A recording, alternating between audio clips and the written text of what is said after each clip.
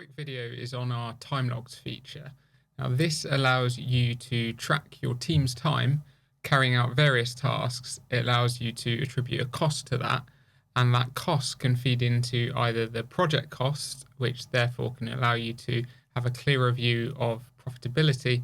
It can also allow you to report on time spent by employee, whether for HR purposes or even for paying salaries.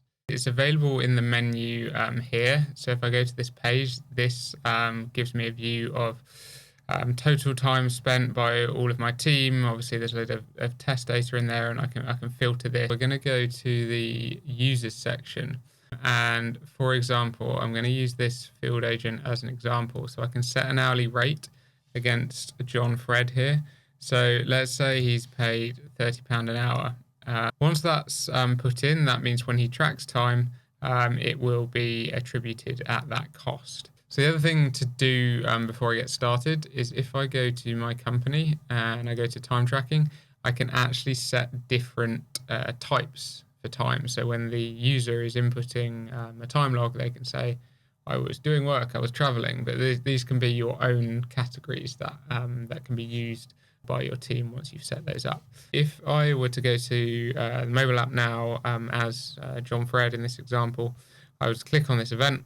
I've got this task to carry out a boiler service form, but I've also got start time tracking. So if I was, say, on my way to this event, which is today, I could say start time tracking. Now that is going to start a timer at the top.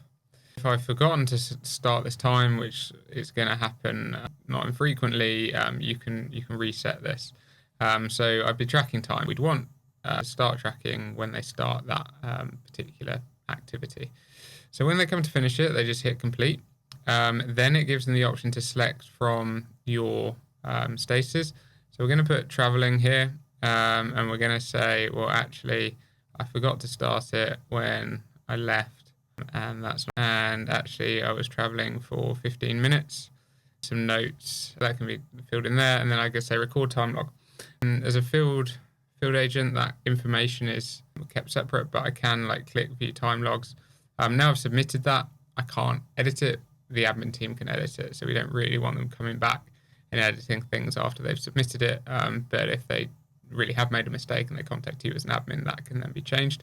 So what then I would see this side, if I go to this project and I go to time tracking, I can now see that John Fred spent 15 minutes traveling, and that cost to me as a business is $770. So as this builds up, I'm going to get a clearer view of all the costs on the project and also all the costs by the different categories. That's costs on the project that I can then get a clearer view of profitability. As we mentioned on the time logs now, I can see this time log. If I go to John Fred, and obviously I can use these filters. Let's say I just wanted to look at John Fred, I could filter there. And I can see, right, I've got a time log here on the 27th, 9 to 9:15, it was 15 minutes, cost me $770.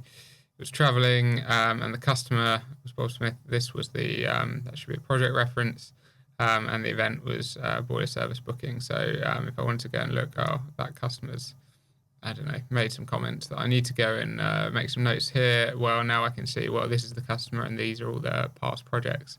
These are the events. So that's time logs at a high level, and there'll be lots more to come.